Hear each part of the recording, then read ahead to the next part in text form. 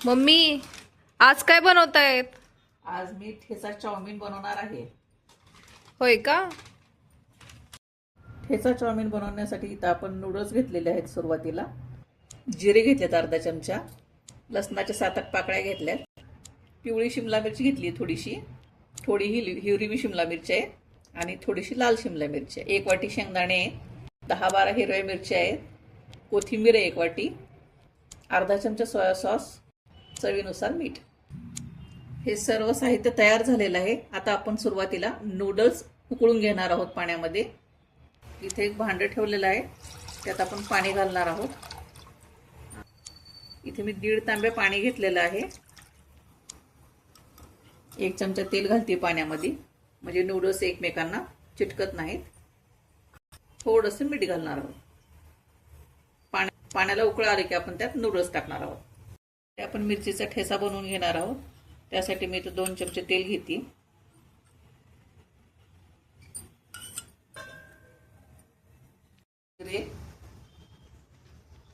लसूण टाकणार आहोत. आता हिरवी मिरची घालणार आहोत.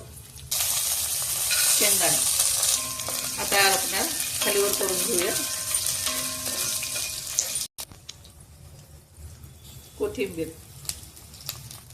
कोथिंबीर टाकून आपण याला आता हलवून घ्यायचे एकसारखं, आणि त्यात आपण आता चवीनुसार मीठ टाकणार आहोत. उकळले त्यात आपण आता नूडल्स टाकणार आहोत. उकळून घ्यायचे. उकळल्यानंतर त्याला आपण गाळून घेणार आहोत. ठेचा पण आपला तयार झालेला आहे. याला आपण आता थंड करून खलबत्त्यात ठेचून घेणार आहोत. ठेच्याचं साहित्य आपल्याला थंड झालेलं आहे. याला आपण आता खलबत्त्यात घालून ठेचून घेणार आहोत.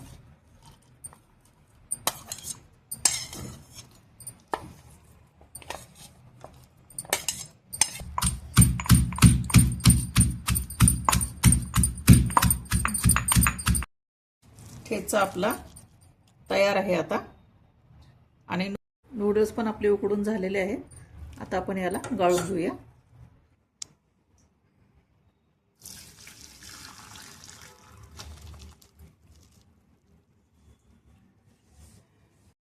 चाऊमिनची आपण फोडणी तयार करणार आहोत. सुरुवातीला आपण तेल टाकूया.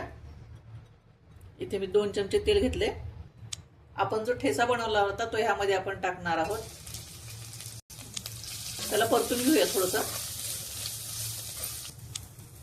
परतून झाल्यानंतर आपण त्यात भाज्या टाकणार आहोत. आता त्यात आपण पहिले सुरुवातीला शिमला मिरच टाकणार आहोत. हिरवी, पिवळी शिमला मिर्च, लाल शिमला मिर्च, मीठ घालूया, चवीनुसार मीठ घालूया आणि परतून हे सर्व आपण परतून घेऊया.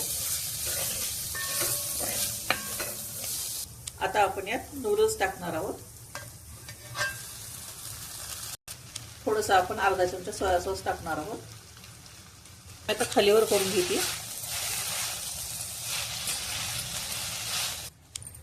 त्याला आपण एकजीव करून घेतलेला आहे, परतून घेतलेलं आहे छान. आता आपले हे ठेचा चाऊमिन खाण्यासाठी तयार आहेत. याला आपण सर्विंग प्लेटमध्ये काढून घेणार आहोत. आपला ठेचा चाऊमिन खाण्यासाठी तयार झालेला आहे. अशाच नवीन नवीन पारंपरिक आणि मॉडर्न रेसिपीसाठी आमच्या चॅनलला लाईक करा, शेअर करा आणि सबस्क्राईब करा. धन्यवाद.